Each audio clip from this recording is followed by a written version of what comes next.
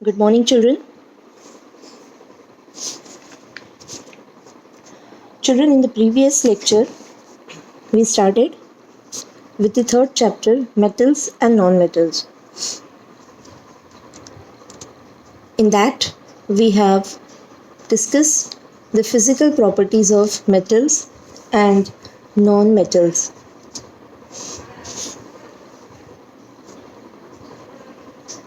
Here, we'll just brush up the physical properties of metals and non-metals. Metals are solid at room temperature, but mercury is a metal which is in liquid state. Metals are lustrous and can be polished. In that, for example, gold is yellow color, copper is reddish in color.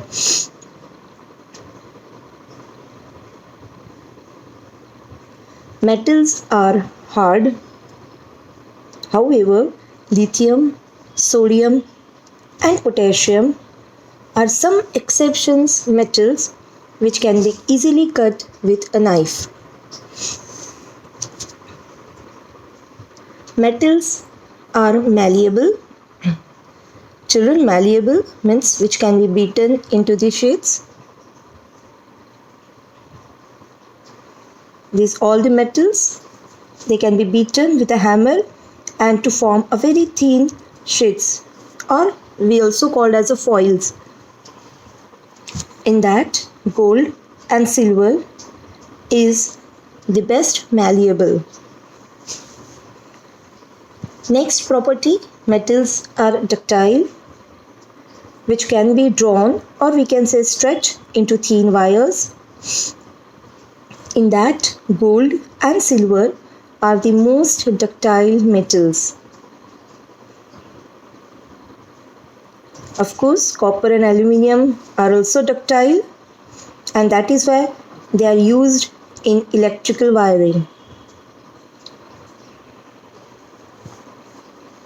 Metals are good conductor of heat and electricity.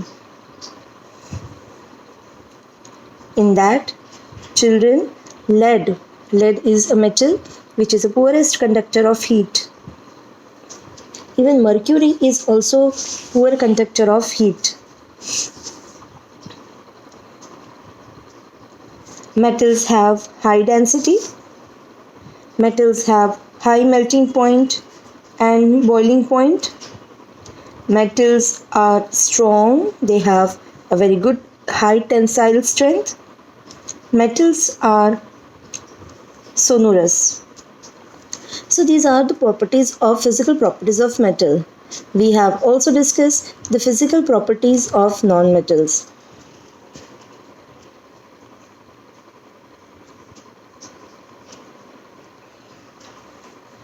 In that, children, we have discussed that metals are generally in the liquid or the gaseous state. Like for example, generally most in the gaseous state, for example, hydrogen gas, oxygen gas, nitrogen gas, neon, helium, argon, these are all the non-metals which are in the gaseous state, except bromine. Bromine is a non-metal which is in liquid state. Non-metals are non-luster, means they are dull, but graphite and iodine are the lustrous non-metals. These are the exception case or exception examples. Non-metals are generally soft, but diamond is the hardest known substance. Non-metals are brittle.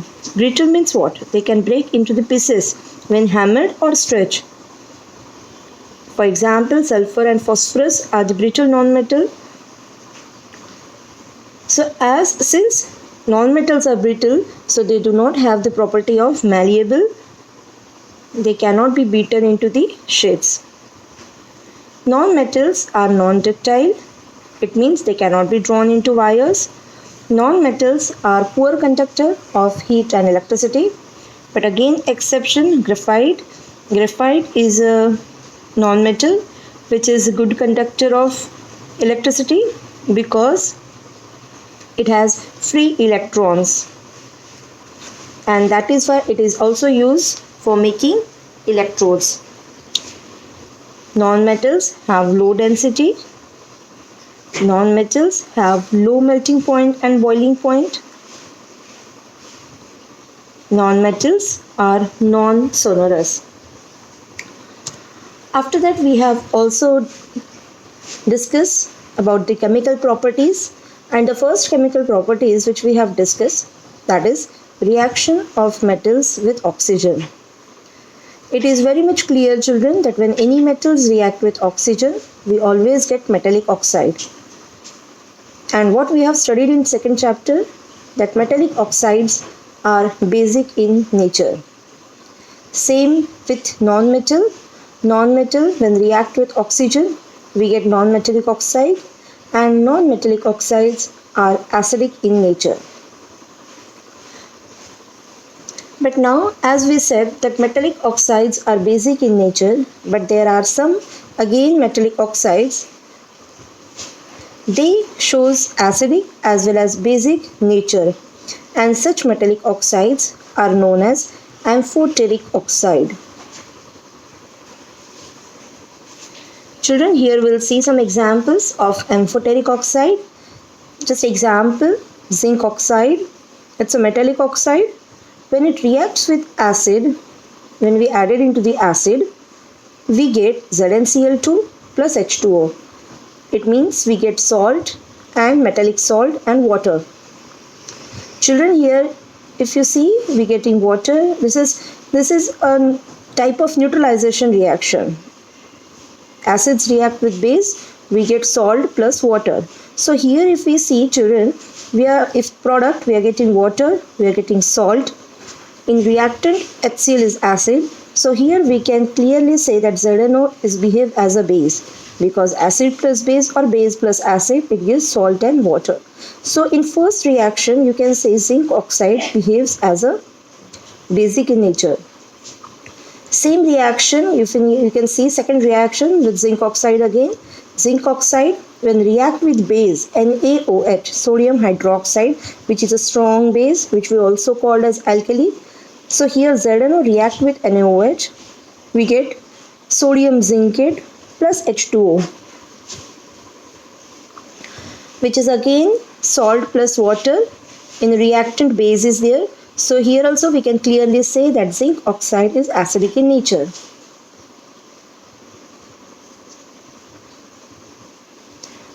So from first two reactions, we can say in first reaction zinc oxide shows basic in nature. Second reaction, zinc oxide shows acidic nature, and such reactions are known as amphoteric oxide. The same example with aluminium oxide is also Al2O3. When it reacts with HCl, we get aluminium chloride, that is AlCl3 plus H2O. Again, in the product, water is there, salt is there. In the reactant, acid is there. So here aluminium oxide behaves as a base. Next reaction, again with aluminium oxide, Al2O3 plus NaOH. We get NaAlO2, that is sodium aluminate plus water. Again, if you see this reaction, we are getting water, we are getting salt, its base is here. So here aluminum oxide behaves as a acid.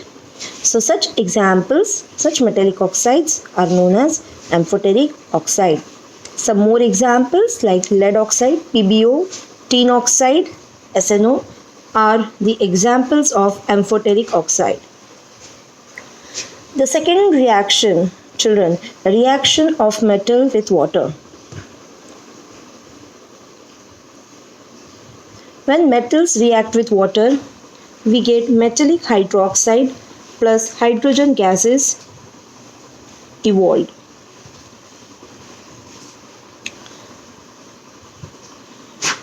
Now children, the reactivity of metal towards the water depend upon the nature of the metals. Some metals react even with cold water. Some react with water only on heating, while some metals which do not react with water they do not react with hot water, only they react with steam. So here we can see some examples. You can see first the sodium and potassium metals, they react vigorously with cold water and we get NaOH and KOH plus hydrogen gas is liberated. This reaction is very much violent, high exothermic, and hydrogen gas is evolved and it also catches fire. Why? Because sodium and potassium are highly reactive metals. Next you can see, children, calcium. Calcium is also a reactive metal but less than potassium and sodium. So here it reacts also with cold water to form calcium hydroxide and hydrogen gas is evolved. But this is less violent as compared to sodium and potassium. Calcium starts floating because the bubbles of hydrogen gas formed stick to the surface of the metal. Same with magnesium also. But here magnesium does not react with cold water. It reacts rapidly with boiling water. Next example, you can see zinc, aluminium, iron. They do not react either with cold water or hot water. They react with steam to form metallic oxide and hydrogen gases evolved. So instead of hydroxide, in this case we are getting oxide. For example, zinc and aluminium, when react with H2O, we get ZNO. In case of aluminium, we are getting Al2O3 plus hydrogen gases released.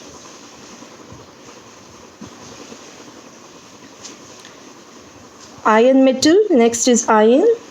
Iron metal. Iron, as I said, iron metal, which does not react with water under ordinary condition. It occurs when the steam is passed over red hot iron and the product we get, that is Fe2O3, it continuously reacts with oxygen. Later on we get Fe3O4, that is ferrous oxide, and hydrogen gas is released. Whereas you can see copper, mercury, silver, gold, they do not react with water even under strong conditions. So the above reactions, children, indicate that metals react with water to form oxides, metal oxides and hydroxide, and hydrogen gases evolved out of sodium, magnesium, zinc, iron, copper. So this is all the reactivity series. As I said, at above reaction, sodium, magnesium, zinc, iron, copper, in that sodium is most reactive metal, and whereas copper, you can see, is least reactive towards the water. So this is all about the reaction of metal with water. In the next video, children will discuss the reaction of metal with dilute acids. Thank you.